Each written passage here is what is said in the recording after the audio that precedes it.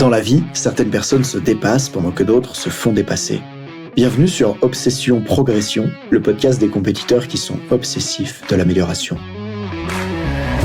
Je m'appelle Nathan Delacoste, je suis préparateur mental spécialisé dans les sports extrêmes. J'accompagne surtout des athlètes internationaux comme les skieurs et snowboarders en équipe de France. Dans ce podcast, je partage les coulisses des séances et des prises de conscience avec l'intention d'emmener votre mental au plus haut niveau en entraînant l'humain derrière la machine. Pour cette quête de performance, je vous parle à la fois mindset, cohésion de groupe, discours d'avant-match, résilience et gestion des émotions. Prenez une bonne dose d'inspiration à chaque épisode, ils sont rendus possibles par Ready to Rock.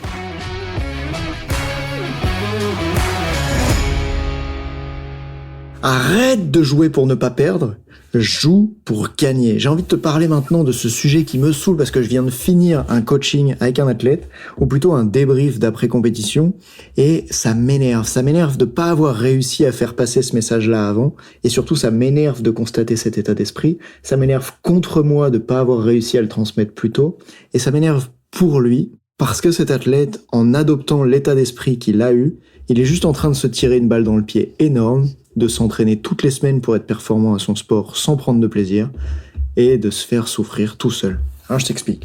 Qu'est-ce que je veux dire quand je dis « arrête de jouer pour ne pas perdre, joue pour gagner ».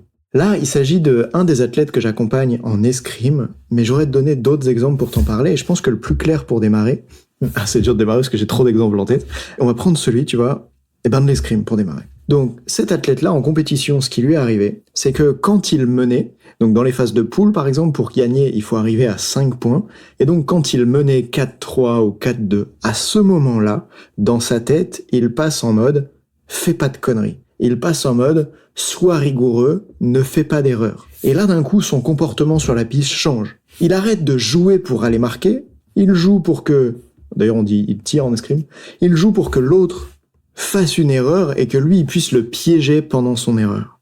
Sauf que c'est la pire erreur que tu peux connaître. Parce que même si d'un point de vue tactique, ça a l'air malin, un peu comme si une équipe de foot, à la 80e minute d'un match, se disait « Bon ben là, on mène 2-1, viens, on arrête d'attaquer, on va juste défendre à fond pendant les 10 dernières minutes. » Et ça peut être une stratégie qui fonctionne. Le problème, c'est que souvent, ce qui va se passer, d'une part, c'est que tu te retrouves crispé, t'es pas dans l'action, t'es pas en train de jouer ton meilleur jeu et de progresser, t'es juste en train de chercher à pas faire d'erreur. Et surtout, ça va à l'inverse de ce que le développement sportif a besoin. Je m'explique. Ce jeune-là, par exemple, il me donnait un exemple, il me dit « Ah oui, c'est vrai que il y a un copain à moi qui faisait du volley et qui après a fait du volley à haut niveau. Et il m'a dit la différence entre le volley de niveau départemental et le volley de haut niveau en pôle France puis plus tard, c'est que quand t'es en département, on t'apprend à renvoyer la balle dans le terrain de jeu adverse. Alors que quand t'es au plus haut niveau, on t'apprend à frapper fort pour marquer le point. Et c'est exactement ça qui se passe en tennis. D'ailleurs, je connais un jeune qui a été champion de France, maintenant il est moins jeune, du coup il a 30 ans, qui a été champion de France de tennis à 15 ans. Et ce qui s'est passé pour lui, c'est que jusqu'à 15 ans, tu peux devenir champion en ne faisant pas d'erreur. C'est-à-dire qu'au tennis, il y a un peu deux façons de marquer un point. Soit l'autre fait une faute directe, c'est-à-dire qu'au moment où il joue, par exemple, il veut mettre un coup droit lifté en fond de court dans le terrain, et puis il joue pour faire un coup gagnant que tu pourras pas rattraper, mais la balle sort du terrain, elle va un peu plus loin que la ligne. À ce moment-là, il a fait une faute directe. Il a voulu comme gagner le point avec un coup fort, un coup gagnant, mais la balle n'est pas rentrée dans le terrain. Il a perdu sur faute directe. Et ça, quand t'es un jeune joueur de tennis, quand tu fais tous les sports au plus bas niveau, il est possible de gagner des matchs en ne faisant pas d'erreur, parce que tu vas pouvoir laisser l'autre faire l'erreur, et grâce à ça, tu vas marquer des points. Mais qu'est-ce qui se passe quand on atteint le haut niveau ? Au plus haut niveau, ça ne marche plus de jouer pour ne pas faire d'erreur. Ça ne marche plus d'attendre les erreurs des autres. Pourquoi ? Parce que les gamins au tennis, quand ils ont eu 14 ans et qu'ils ont joué toute leur jeunesse, en essayant de faire des coups gagnants, mais en mettant la balle 10 cm un peu trop loin, en dehors, qu'est-ce qui se passe à force de s'entraîner à marquer des coups gagnants ? Mais à force, le coup il est fort et il est dans le terrain. Il est dans le terrain, ce qui fait que quand ils se sont entraînés comme ça pendant des années, à partir de ce moment-là, il y a comme un cap qu'ils passent et qui fait que ces coups gagnants qui avant les faisaient souvent perdre, une fois qu'ils savent les mettre, ça devient injouable pour celui qui est en face.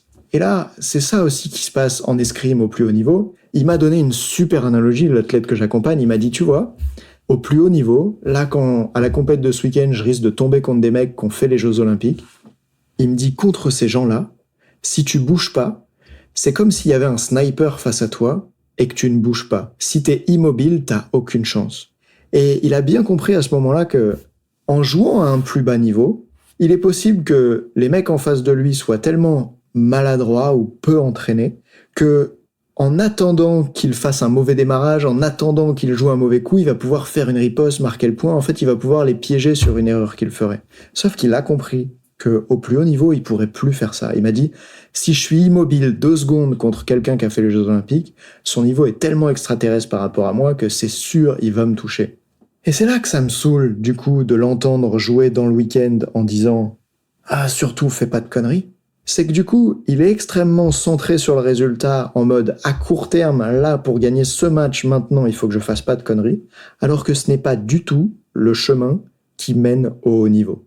C'est le chemin qui mène peut-être à gagner ce week-end, mais c'est une stratégie qui sera pas efficace plus tard. Comme ce joueur de tennis qui jouerait toute sa vie en espérant que les autres fassent des fautes directes, sauf que le jour où les autres jouent leur coup gagnant dans le terrain et pas en dehors du terrain, bah d'un coup, en fait, il est complètement démuni. Et c'est ce qui s'est passé pour le champion de France de tennis qui avait 15 ans, que je connais, qui fait partie de mon entourage, parce qu'il y a un moment donné où, en fait, c'est plus suffisant. Et en plus, il y a des sports qui consistent à faire le moins d'erreurs possible. En général, je les connais peu parce que c'est des sports qui me passionnent pas trop. Mais par exemple, je crois que dans le tir au pistolet ou dans le tir à l'arc, les athlètes sont déjà capables de mettre toutes les flèches au centre de la cible. Genre, au tir au pistolet, ils sont déjà capables de faire 5 sur 5. Le job en compétition, ça consiste à ne pas faire d'erreur, ou à faire vite et à ne pas faire l'erreur de pas marquer. Mais il y a des sports dans lesquels le jeu ne consiste pas à ne pas faire d'erreur. Le jeu consiste à créer, à oser pour gagner. Et je pense que le meilleur exemple de ça, c'est un match de foot en fait. Parce que quand il y a 0-0, il ne suffit pas de ne pas faire d'erreur pour gagner. À un moment donné, il va falloir marquer. Et c'est comme ça que j'ai envie que le sport de haut niveau y soit en fait. C'est pour ça d'ailleurs je criais sur ce jeune et je lui disais « Putain, si tu faisais de la natation, je t'aurais dit... » Désolé les nageurs, je vous aime bien, mais là il fallait que j'utilise cet exemple-là. Je disais « Si tu faisais de la natation, je t'aurais dit qu'on travaille pas ensemble. » Parce que j'ai envie d'accompagner des sports amusants, des sports dans lesquels on joue. D'ailleurs, j'entendais hier Camille Lacour, un des nageurs français les plus titrés, je crois 5 fois champion du monde, etc., dire on joue au handball, on joue au tennis, mais on fait de la natation. Ça montre bien ce langage que la natation, c'est pas amusant. Justement, moi, je voulais accompagner des sportifs qui sont des sports amusants, et je trouve que l'escrime, c'est un sport extrêmement amusant. D'ailleurs, j'adorerais essayer d'en faire. Mais franchement, l'escrime, c'est un truc de Zorro, d'ailleurs. C'est comme ça que le jeune qui m'a présenté l'escrime, il m'en a parlé quand il était jeune. Il dit, moi, j'aimais jouer à Zorro. Moi, personnellement, j'adore Star Wars et j'imagine que c'est comme un combat de sabre laser, en fait. Et du coup, dans ce sport-là, qui consiste à jouer, comment on peut en arriver au final à se retrouver dans une situation où ce qu'on cherche à faire, c'est ne pas perdre, c'est ne pas être mauvais. Et ce qui se passe du coup pour lui, c'est que on a fait d'ailleurs une séquence de visualisation, c'est un outil que je te propose que tu peux utiliser. Je lui dis, tiens, imagine que toutes les compètes ces 3 prochains mois, tu vas les jouer comme ce week-end, c'est-à-dire tu joues pour ne pas perdre. Et en plus, comme ce week-end, tu fais un mauvais résultat en compétition. Tu perds tôt dans la compétition. Imagine, on est dans 3 mois, je lui dis, est-ce que tu as encore envie de faire de l'escrime ? Et il dit, ah non, je suis dégoûté parce que je me retrouve à faire 18 heures de bus pour aller faire une compétition quelque part, et je prends aucun plaisir sur la piste parce que j'essaye de faire un bon résultat, et je rentre, alors si en plus j'ai pas le résultat avec moi, là, ça m'intéresse plus, je veux pas faire de l'escrime comme ça. Et à ce moment-là, je lui dis, ok, maintenant ferme les yeux et visualise. Imagine que depuis le week-end dernier, jusqu'à dans 3 mois, tous les week-ends, tu joues pour gagner. Tu joues pour marquer le point, tu joues pour créer de l'escrime, tu joues pour oser, tu joues pour apprendre, tu joues pour aller à l'attaque en fait. Et pourtant, pendant 3 mois, tu ne gagnes aucune compétition à la hauteur de tes attentes. Est-ce que tu as encore envie de faire de l'escrime ? Et là, il me dit oui, parce que je sens que j'aurais pris du plaisir. Et c'est ça l'énorme différence que j'aimerais que tous les jeunes athlètes comprennent, et les moins jeunes aussi, c'est de quelle putain de manière, pardon pour le terme, mais vraiment, genre, j'ai envie que les sportifs se connectent à ça, et que toi, si tu m'entends, que tu sois entraîneur, coach, athlète, j'en sais rien, que tu puisses ressentir ça à l'intérieur. C'est de quelle manière tu peux faire que peu importe le résultat final, le chemin que tu auras pris te plaise. Que le chemin soit kiffant, en fait. Et c'est ta responsabilité de trouver un moyen pour que peu importe le résultat final, le chemin soit kiffant. J'ai pas dit que le chemin il devait être confortable. Parce que c'est inconfortable d'aller à l'attaque et d'encaisser des points parce qu'on a osé attaquer. Mais ça crée quelque chose de tout à fait différent. Et donc d'une part, le job c'est peu importe le résultat final, comment je me place sur un chemin pour y aller qui crée du plaisir chez moi. Et d'autre part, c'est aussi à long terme, c'est quoi les compétences que j'ai besoin de développer. Parce que c'est super à court terme de savoir jouer au tennis sans faire de faute. Mais à long terme, tu gagneras jamais un Roland-Garros avec ça en fait. À long terme, pour gagner des matchs, t'as besoin d'être capable de faire des coups gagnants.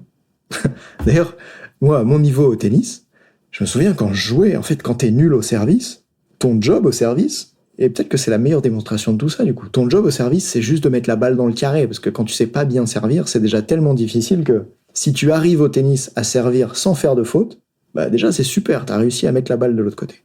Mais plus tard au tennis, ton service, ça suffit pas de savoir mettre la balle dans le terrain, sinon tu te fais démonter sur le retour. Plus tard au tennis, t'as besoin que ton service, ça soit un coup gagnant, ça soit un coup qui mette l'autre en difficulté. Et probablement que c'est ce qui manque dans mon tennis aujourd'hui, c'est que au service, je joue pour mettre la balle dans le carré et je ne joue pas pour marquer le point. Probablement parce que quand je joue pour marquer le point, je vais faire trop souvent des doubles fautes et du coup au niveau où je suis, bah voilà, c'est comme ça. Mais là, quand on parle d'athlètes qui veulent aller faire du haut niveau, c'est insupportable de les laisser être dans cette attitude de je joue pour ne pas perdre. Et je remarque la même chose avec les sportifs en ski, où très souvent ils vont être dans ce truc de bon bah je veux, et j'en ai déjà parlé je crois dans un autre podcast, je veux pouvoir obtenir un chrono en bas de cette manche parce que c'est grâce au chrono que je vais être classé. Et du coup ils se retrouvent à descendre toute la manche en étant crispés, en faisant attention à pas faire d'erreur. Et en fait quand tu skis pour ne pas te tromper, eh ben tu skis pas, tu sous-skis, tu skis en étant crispé, tu mets pas de vitesse dans les pieds, tu mets pas d'intensité dans les courbes, tu relances peu. Enfin, vraiment, ça marche pas en fait. Et plus tôt les athlètes sont capables de se rendre compte que ce chemin-là, il mène à un mur, comme le joueur de tennis dont je parlais tout à l'heure, plus tôt ils sont capables de se rendre compte que de jouer pour ne pas perdre, ça ne marche qu'un temps, ça ne te permet pas d'aller au plus haut niveau, plus rapidement, je crois que on peut créer un état d'esprit complètement différent. Et à ça j'ajoute, imagine que tu veux séduire une femme. Quand t'as 20 ans et que tu fais un date, ou 15, peut-être que à l'époque, ce qui compte, c'est de pas faire d'erreur, tu vois, c'est de pas dire un truc bizarre, c'est de pas te rater, c'est de pas avoir l'air gênant au moment où tu vas pour embrasser la fille. Mais probablement que quand t'as 30 ans ou 40 ans, ça suffit plus de pas être un mec mauvais. Ça suffit plus de pas être un boulet. Il va falloir être intéressant, c'est-à-dire oser avoir des conversations qui sont challengeantes, qui sont intéressantes, dans lesquelles tu prends des risques. Peut-être qu'il va falloir oser l'embrasser plutôt que d'avoir peur de faire l'erreur de mal t'y prendre. Et en fait, pourquoi je prends la séduction ? Parce que on peut retrouver ça dans tous les domaines de vie. C'est quoi un entrepreneur ? Un entrepreneur, c'est quelqu'un qui a pris le risque de ne pas suivre un schéma traditionnel, qui serait en France salarié en CDI sur un poste bien connu qui existe depuis longtemps, je sais pas, admettons comptable, et qui, au lieu de poursuivre ce chemin-là, pour par exemple ne pas perdre, c'est-à-dire ne pas perdre d'argent à la fin du mois, ne pas perdre l'opportunité de grandir dans une entreprise qui existe déjà, l'entrepreneur, il fait quoi ? Il prend tous les risques pour créer son activité, il investit de l'argent qu'il est prêt à perdre pour pouvoir ensuite gagner beaucoup plus. Gagner quoi ? Gagner la liberté de faire ce qu'il veut, gagner la liberté de s'entourer des équipiers qu'il veut, parce que quand t'es entrepreneur, c'est toi qui choisis ton équipe, gagner la liberté de gagner beaucoup plus d'argent aussi. Et moi, c'est vraiment le type d'état d'esprit que j'adore. C'est celui de jouer pour gagner, en étant prêt à payer le prix de la défaite, plutôt que de jouer pour ne pas perdre, en n'étant pas prêt à payer le prix de la défaite. Parce que qu'est-ce qui se passe à la fin de ta vie, quand t'as tout donné pour atteindre ce que tu veux, mais que tu l'as pas eu ?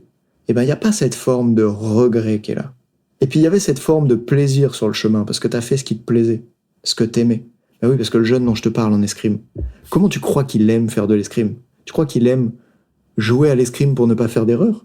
Ou tu crois qu'il aime oser foncer sur l'autre et lui mettre une touche ? C'est évident quand on en parle comme ça, non ? Alors, je t'en supplie, si tu m'écoutes, et que tu m'écoutes pour toi ou pour les athlètes que t'accompagnes, parle-en, remets au centre de ton esprit c'est quoi le chemin pour aller vers le plus haut niveau, et c'est toujours, à ma connaissance, le chemin qui passe par comment faire mieux, et pas le chemin qui passe par comment éviter de mal faire. Et deuxième chose, bordel, centrons-nous sur qui on devient, tu vois. Est-ce que je deviens quelqu'un qui évite de faire mal? Ou est-ce que je deviens quelqu'un qui fait tout pour faire mieux? Et pour moi, avec l'obsession progression que j'ai, la réponse à cette question, elle est très claire. Et d'ailleurs, tu sais quoi, par rapport au podcast que j'enregistre parfois, sur certains épisodes, je me dis, mais je sais pas si cet épisode, il va être aussi bien que les autres. Et du coup, des fois, il y a une peur en moi, je me dis, mais je voudrais pas enregistrer cet épisode parce que j'ai peur qu'il soit un peu moins bien que les autres et que du coup, j'ai des qualités de contenu qui soient, des fois, un peu moins bien. Mais j'ai pas envie que ça m'amène à créer moins de contenu. Déjà parce que je pense qu'il y a plein de contenus qui peuvent vous aider et j'ai franchement envie d'aider.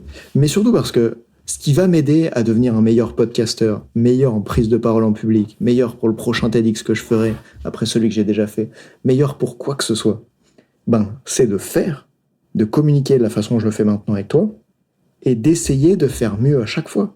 Et donc si j'enregistre des épisodes de podcast en essayant de ne pas faire l'erreur d'en enregistrer un moins bien, j'en enregistre plus, ou en tout cas j'en enregistre beaucoup moins. Tandis que si, même en ayant peur que ça soit un épisode, je sais pas, un peu moins intéressant, un peu moins bien, un peu moins sur un sujet qui va parler aux entraîneurs, si j'ose le faire quand même, ça m'amène à développer ma compétence à parler tout seul devant un micro. Elle est déterminante par rapport à ce que je vais atteindre. Alors dans cet épisode où j'annonce sans arrêt la fin, avant que ça soit la fin, je ne cesse de trouver d'autres exemples pour te montrer à quel point c'est important de jouer pour gagner et pas de jouer pour ne pas perdre. Il est possible que tu sois pas d'accord avec ça, et dans ce cas, écris-moi, j'adorerais savoir de quelle manière. Et en attendant, je vais faire ce que je crois vraiment. Je vais encourager tout le monde à jouer pour gagner. Salut. J'ai oublié un truc. J'ai dit jouer pour gagner, mais en fait, ce qu'il faudrait vraiment dire, c'est jouer pour progresser. Parce que jouer pour gagner, c'est encore un mot qui est centré sur le résultat final.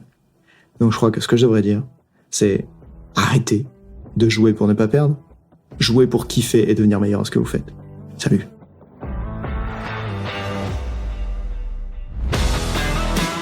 On dit souvent que le mental, c'est 70% de la performance à haut niveau. Pourtant, rares sont ceux qui l'entraînent au moins de 10% du temps.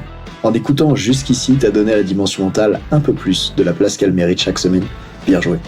Ma mission audacieuse, c'est d'aider le monde du sport à se transformer en profondeur, et je veux faire en sorte que plus aucun coach ne passe à côté de la psychologie de ses athlètes. C'est pour accomplir ça que je crée une tonne de vidéos sur YouTube et des épisodes comme celui que tu viens d'écouter. Alors, je vais pas te demander d'inscrire de force tes amis au podcast, et en même temps, si tu peux en parler à quelqu'un qui va l'adorer, quelqu'un à qui ça serait utile, ta recommandation, elle signifie beaucoup pour moi. Si chaque auditeur en parle juste à 2 autres, l'année prochaine, on sera des milliers de fois plus nombreux avec l'obsession progression. Salut!